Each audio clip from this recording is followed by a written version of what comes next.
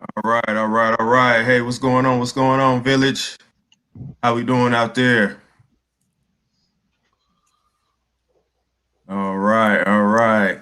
So I want to start by I am Positive B White, and I want to allow my co-hosts to introduce themselves. Start with you, Lance. What's going on? It's your boy Lance. What's up, villagers? Check me out at Streets 1000. What up? And I am your co-host, Hakina Michelle. Check me out at Hakina_Michelle. All right, all right, all right. So we got a nice show tonight. We want to welcome everybody in, give everybody time to get logged in and everything. Once again, thanks for checking us out. And the topic tonight we'll be discussing is: are toxic mothers just as bad or worse than absent fathers? So we're gonna give everybody a chance to chime in, and we're gonna dive into this subject tonight. So let's go ahead and start it. All right. So first, Well, y'all waiting on people to come on in. go I'm just ahead. gonna scroll through y'all our social media information as we scroll through. Let's see here.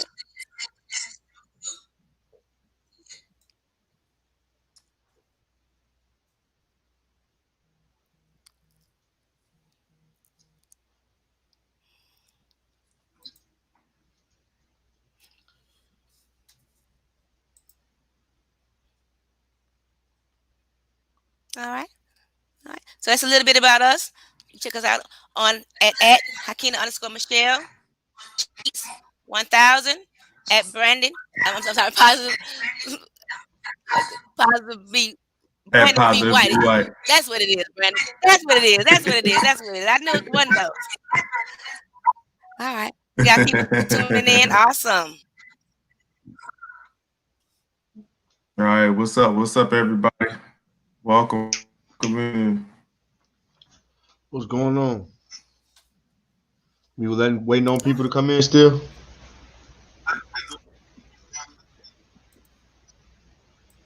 Yeah.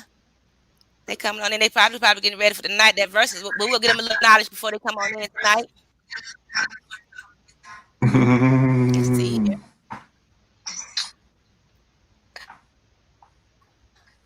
Okay. So again tonight we're talking about toxic parenting. Now are toxic mothers worse or just as bad as absent fathers? That's a deep question. I know Lance, you a father. I know Brandon, you're soon to be working on being a father. I'm definitely am a mother. So today in our community, and definitely make sure that we touch on so we can get okay. So let's see here.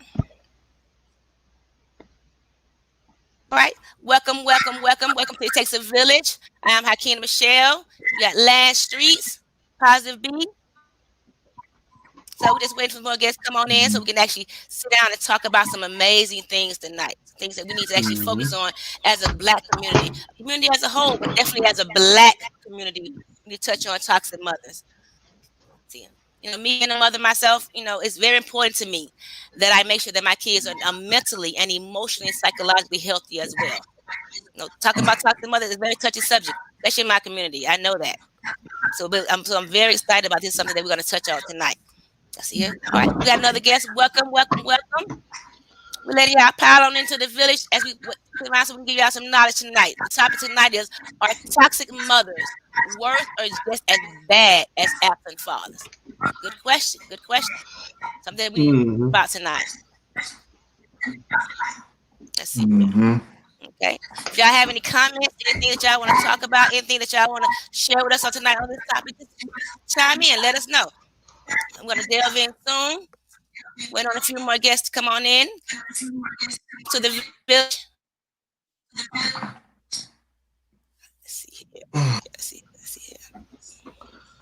Okay. Okay. Okay. Now tonight we'll be discussing, like I said, events that occurred during the waiting period of what was going on. See, that ain't it. That is not it. Mm-hmm. Okay. So Lance, you want to go ahead and start? Yes. Can y'all hear me clearly? Definitely, we can definitely hear you clearly. Yep. All right, cool. But yeah, most definitely. Let's get this. Let's jump right into it. We always discuss when it comes to children. We always quick, or the narrative is always that if there's going to be a parent that's at fault, or a parent that's not in the picture or shouldn't be in the picture, we always say that towards the men. Now let's look and see, just as well as the father not being in the picture, if the mom is in the picture, but if the mom is not teaching the child the right thing or not having the right content around the child, is that just as bad as not having a father around? So, in my opinion, I feel like absolutely a toxic mother is just as bad as an absent father, if not worse, because an absent father cannot give any influence, whether it's positive or negative. If you're absent, there's no influence that you can pass on. If you're a mom and it's toxic, it's worse because you're able to pass on an influence right then and there. It's one thing to not be in the picture and can't do anything. But when you're in the picture, that controls the whole narrative. You are responsible for what your child takes in growing up. That's just my opinion. Yeah, and I definitely want to chime in on that. And I mean, I'm a mother, and I go definitely ahead. agree.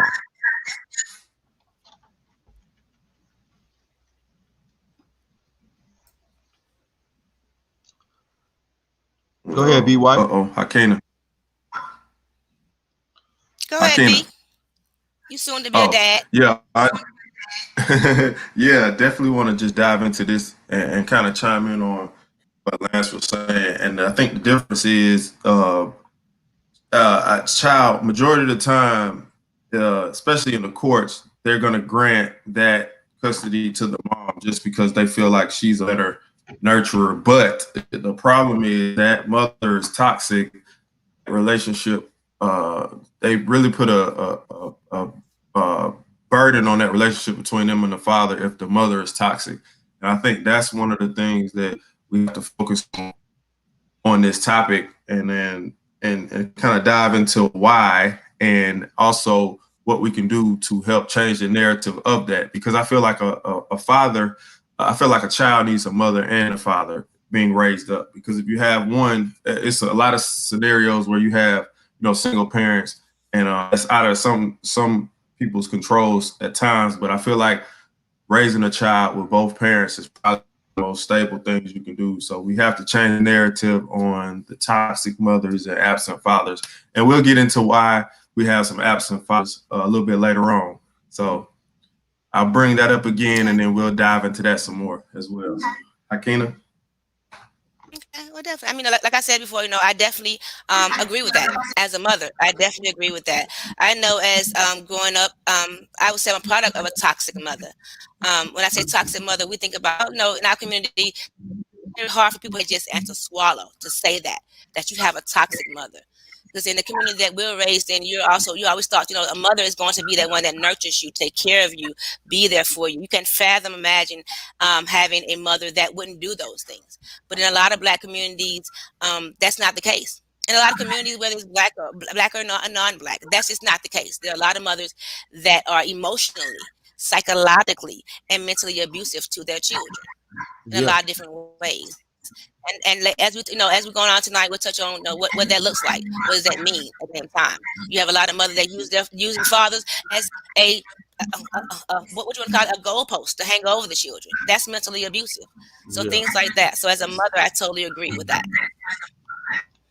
Cool. Now, what's do you can you recall? I've seen Akina, you mentioned you ran across a post that was talking about things every Black mom has said, and a few of them stood out because they were very familiar to you, and the ones that you heard and want to add on. Do you remember what you was talking about as far as that? Like when we go in the store, don't ask me for nothing and touch nothing. Oh Can you yes. elaborate on that? Oh So we definitely got to touch on that. I mean, we're all from, what you call a stereotypical black neighborhood, a black environment. And the phrases, we've all heard them at some point in our life. I know you have. If you haven't, then you know somebody that has heard these phrases in your life. A few of them that stood out to me was things like, when you go in the store, don't ask me for nothing. Don't touch nothing. Don't ask me for nothing. You ain't getting nothing. Another one was, you better shut up before I give you something to cry about. We don't understand that when we're saying these things to our kids, we are mentally and psychologically damaging them. And over time, that becomes abuse. Now, I do understand that, to us, that's our norm. But that's not normal. We hear things like, don't make me get my belt. So what you're doing is equating violence to your child. That when you do wrong, that violence goes along with you doing wrong. And then we send our kids out into the world as mothers, not understanding that we have embedded that understanding of violence equates to discipline in their mind. And that was two of them that I really, really, really love but hate. And that is, I'm your mama, you the child. And the one that I sometimes talk to people about, it says, I brought you into this world, I'll take you out. I've asked a few parents, take your child out. Take them out. I want to see you bring them back. Because if you brought them here the first time and you said to them, I brought you here and I'll take you out, then take them out then and then bring them back. If you got that much power, then do that. But we don't understand that when we take our child, that we control. Yeah. But we don't control you because at the end of the day, if you understand that as a parent, we need to understand our children are blessings and not our property. Yeah. So take your child out and call me when you do. I want to see you.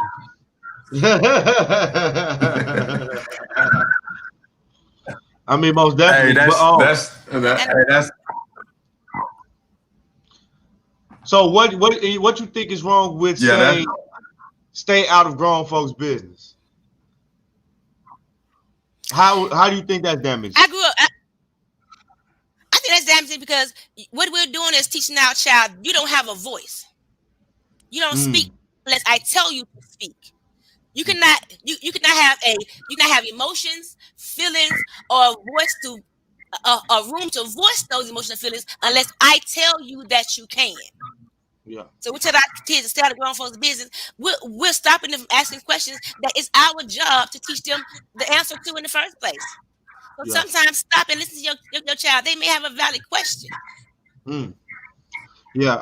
Actually, it's funny you say that because I saw an interview of a guy that was talking about his childhood and how he was shy for the longest, and it messed with him growing up because he never felt like he can speak, because of his what you're saying. His mom told him, and one time he was, I guess, around grown-ups or whatever in the house full of family, and he went to speak and say something, and they gave him that look like we having a talk, but then the grandmother or big mama. So hold on now, be quiet, let the boy speak. Y'all be quiet and let him talk. Yeah. And he said just the fact that he was able to get everybody's attention and everybody focused on him, it helped him with being able to express himself as he got older. Like that, who knew that something that small was playing an impact on his upbringing? Because he was so quiet and shy because every time he tried to speak, he always got looked at crazy. Then grandma said, "Nah, be quiet. Let the boy say what's on his mind." And he said, ever since then, I can go in anybody's room and I can say how I feel when I feel it, and I don't feel nothing. So that's true. You can't suppress your child if your child's trying to, because he might be having a moment, and it might be a beautiful moment, and you just shut it down because you think you're talking about some grown-up stuff when he was really could have been trying to open up to you, or something could have been happening with him. So yeah, I agree with that. I agree. We do definitely need to stop brushing our children off and be quick to tell them to shut up when we indulge in our own conversation. We need to be more humble to our children with their thoughts and their conversations and their ideas. So I agree with that. I got you. Yeah. Now the funny thing is, I'm almost at the cusp of finishing my book, Broken Mothers Create Wounded Children, a generational curse that's killing our legacy. What I say in that book is, I say between the ages of 3 and 5, what do we tell our kids? Use your words. Use your words. Yeah. Learn how to talk. Yeah. Ask what you want for. Between that age, I'll say between around I say about 10 to 13, we say, you're talking too much. Go sit down. It's like we Shut them encourage up. them to talk just Yeah, to shut them yeah. up. Yeah, and then we shut them, and then we shut them up. And then between the age of 16 and 19, we say what? You should know how to communicate. Say Yeah. what you want to say. But then we don't listen to them, and we say, "Wait, our kids don't never talk to us." Between that 16 and Yeah. 19, they don't talk to us. Now between Oh, 3 and 5, we told them to use their words. Between 9 and 13, we told them, "You're talking too much. Go sit down." Between 16 yeah. and 19, we say they don't never talk to us, and then we send them out into the world to do what? And say what? Communication is key. Yeah, it's like we miscommunicated with them their whole childhood just to get mad at them for lack of communication. And some parents, just to chime in on what you're saying, it made me think about those parents who actually get upset with certain things when their child try to come to them with things. So it's like on top of you teaching me to say my mind, and then when I say my mind, you tell me to shut up. But then it's a chance that you get upset and you flip out about it. But then I'm at 16 and I want to talk to you about something, but then I'm afraid of your reaction because of what you showed me in the past. I don't know Yeah, whether to shut up, open up, or just suck it up. You know what I'm saying? You're forcing the kid to have those three options. So exactly. I want to talk to you about. Yeah. And then what do we do then? We send them out into the world to somebody's son or to somebody's daughter. Well, Yeah, they have to communicate in a relationship. And we don't yeah, understand the small things that we're doing as parents that are hindering and breaking down the communication skills in our kids, the interpersonal skills in our kids. When we're telling them that not only are we taking their voice away, we're now taking the ability to understand how to interact with somebody, and us understand that they know how to interact with somebody. and it's somewhat intimidating. To a certain extent, it Exactly. can be intimidating. It can be very discouraging. It's like I want to talk to her or I want to talk to him, but based on how I say it or what I say, it can go a whole nother way. And as parents, we got to learn better how to be transparent. Sometimes we got to learn how to hear the bad news without having that typical reaction. We have Yeah. to let our children know that you can come to me about anything. I can be upset. I can be heartbroken, but I'm going to still allow you to feel comfortable enough to know that that was okay to do. We shoot that shot and we mess it up every time. And then we wonder why you have your child on the phone with your sister telling your sister what's going on. Why you can't talk to me? Why you calling your auntie telling your auntie what's going on? Because I can tell auntie something and auntie's going to take it, absorb it, and give it back to me in a positive way. I try to tell you something. You get to taking off your earrings. You get to going for your belt. You get to getting on the phone talking about some. Oh, let me tell everybody what you out here doing. So yeah, we do have that problem without knowing that we have that problem. I definitely Yeah. see it. We parent how we were parented. And speaking of Yeah, which, Brandon, let me ask you a question, Brandon, because you're going to be a new dad. Uh, You and your wife are sitting right. down making a conscious decision to have a child. And there's two things Mhm. that I heard growing up, and I want to know, is this something? How do you feel as a soon to be new parent? Would you ever tell your child you better fix your face before I fix it for you, or yeah. keep talking out, not take out your mouth? Would those be things that now in this understanding of becoming a new dad and seeing the way things are, would you parent your child that way? And if not, why not? Because we grew up like that. No, Well, we just talk about things okay. yeah, and I think that point right there is somewhat of a misconnection because between parent and child, because what that tends to do is, and y'all touched on it a little earlier, it tends to put a block in that child's mind because they don't feel like that they can express themselves and say what's on their mind during certain times. So when you just automatically do that and tell them fix your face and don't do, like, you know what I'm saying, it puts that block, a mental block in their mind. And as they get older, that affects them going forward, with meeting friends and just being able to talk to different people along, Definitely. their journey.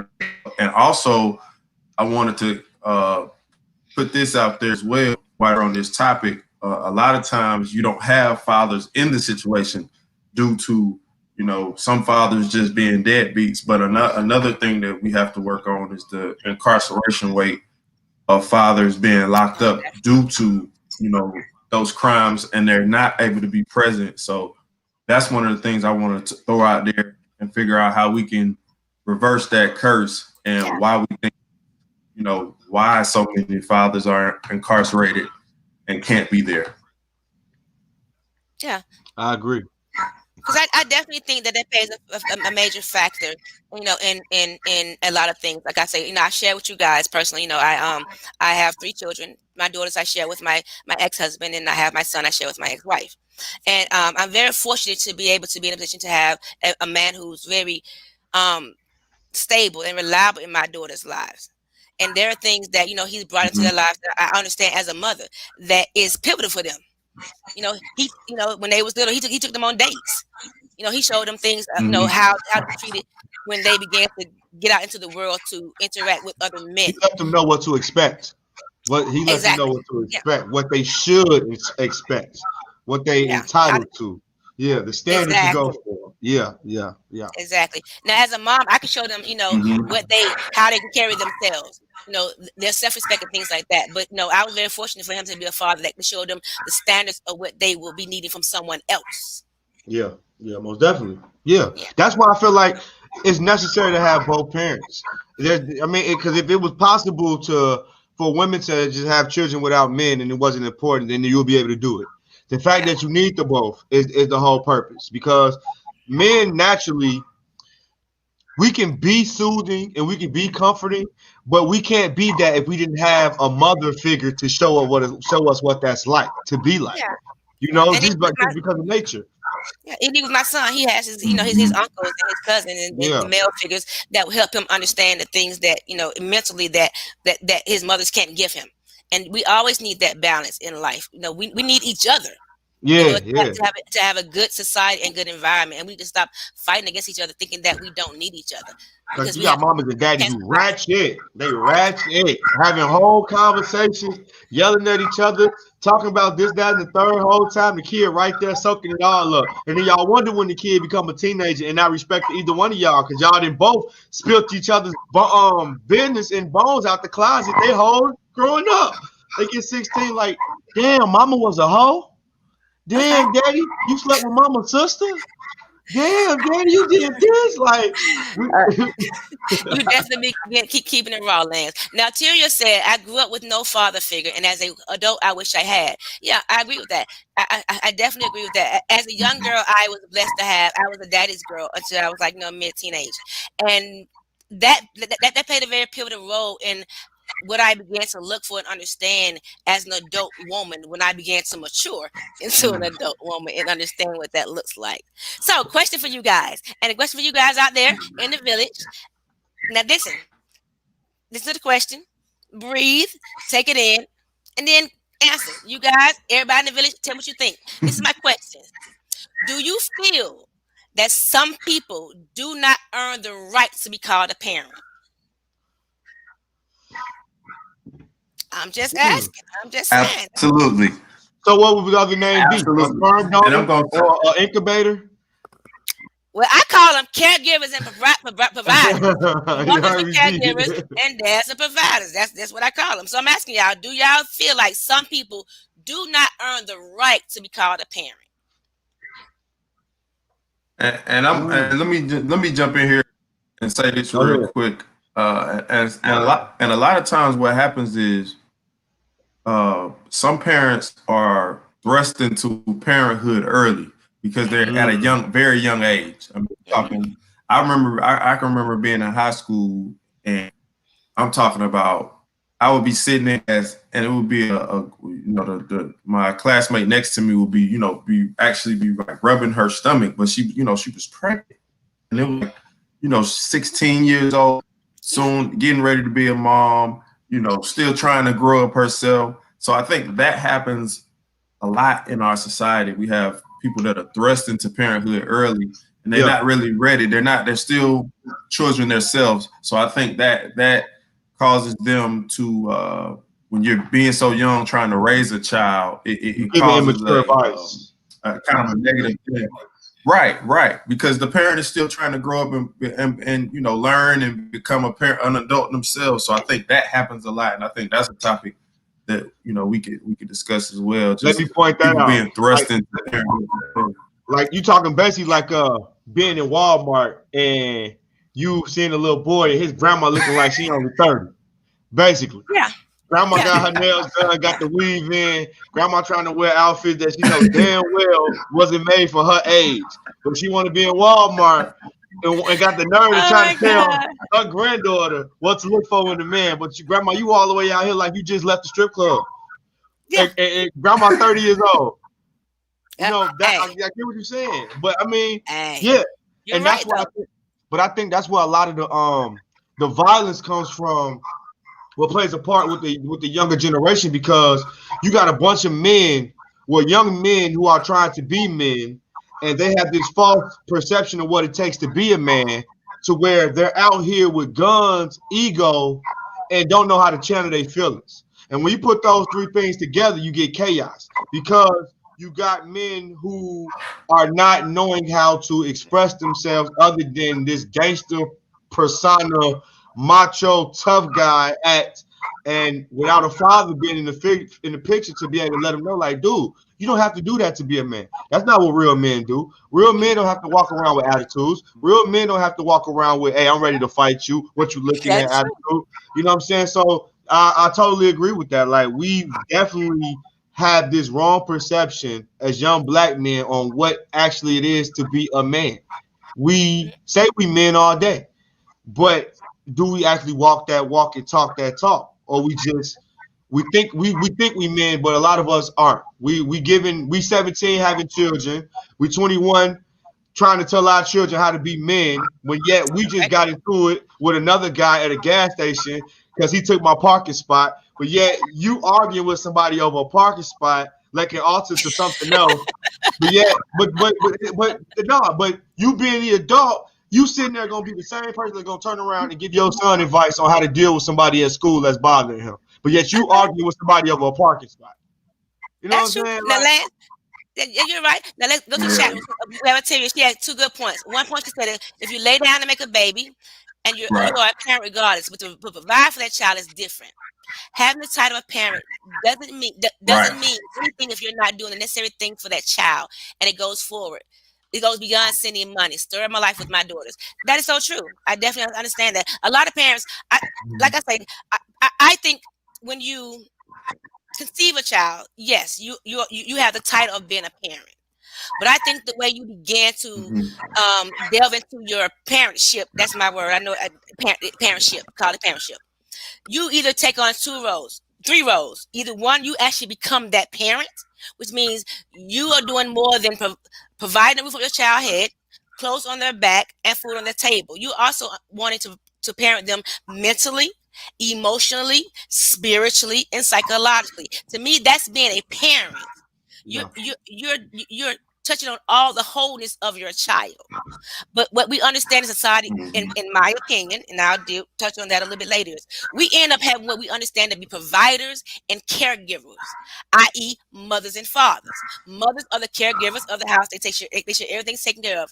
But the generation that we've grown up in, we're not parents emotionally, mentally, or psychologically. And those create a lot of different avenues later on in life. Then we have the fathers that we know, which I call providers.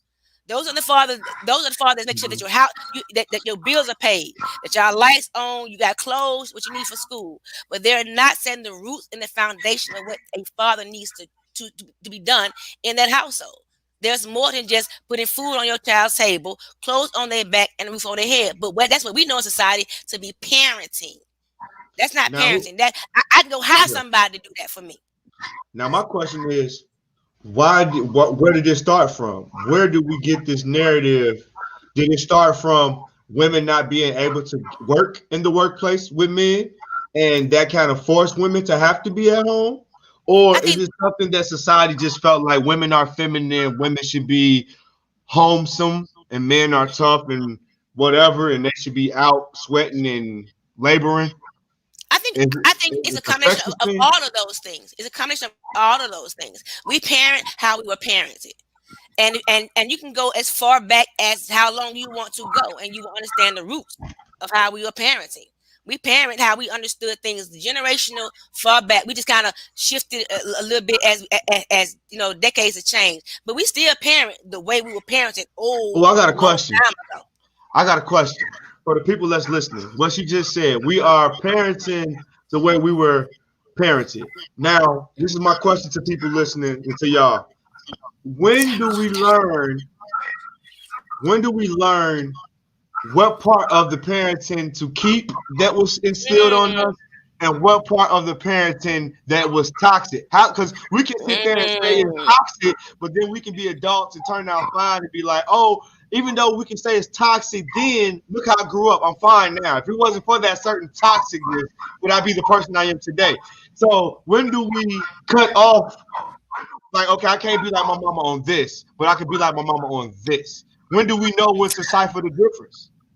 Well, Lance, you're gonna have to hold that, and I'm gonna let B go ahead and close us out because it's already 8:05. So with that being said, I'm gonna let B close us out, and then I'm gonna wrap it up, and we'll have to hold that to next week because we will be doing a part 2 of this segment, because there's a lot of things in this area that we can talk about, that we need to talk about, that we should talk about as mothers and fathers, because we're a younger generation than our parents. We still we have a chance to be able to touch lives and change the environment of generation to come. We're all parents and soon to be parents.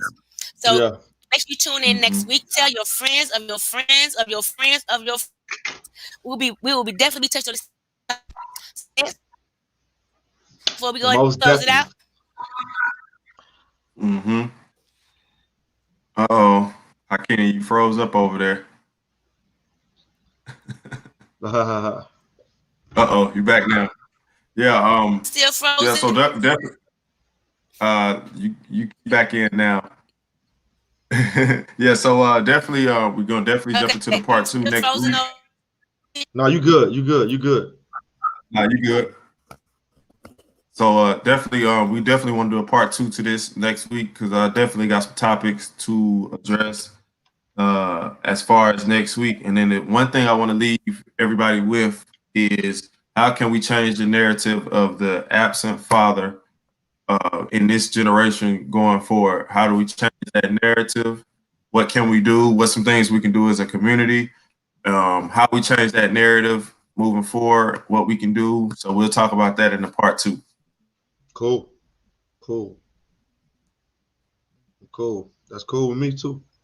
I'm definitely. I got some words for that segment though.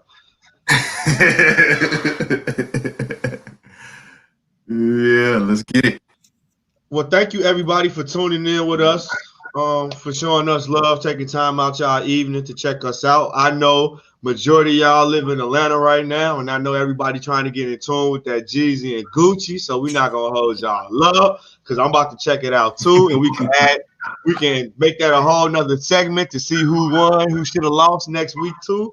But thank y'all everybody. This is your boy Streets. Check us out on our Instagrams, check us out on our Facebook, our Twitter. Wherever you got social media, you got us. It's a village everywhere. We need more villages. Yes, definitely. And in reality, we know there's no real ideal family. So we're here to create. What we're here to do is create our own village to rebuild our, what's going on around us. Like I say, you cannot rebuild and change a legacy without a village. So thank you, and we love y'all and we appreciate it. And we see y'all next Thursday. All right, peace.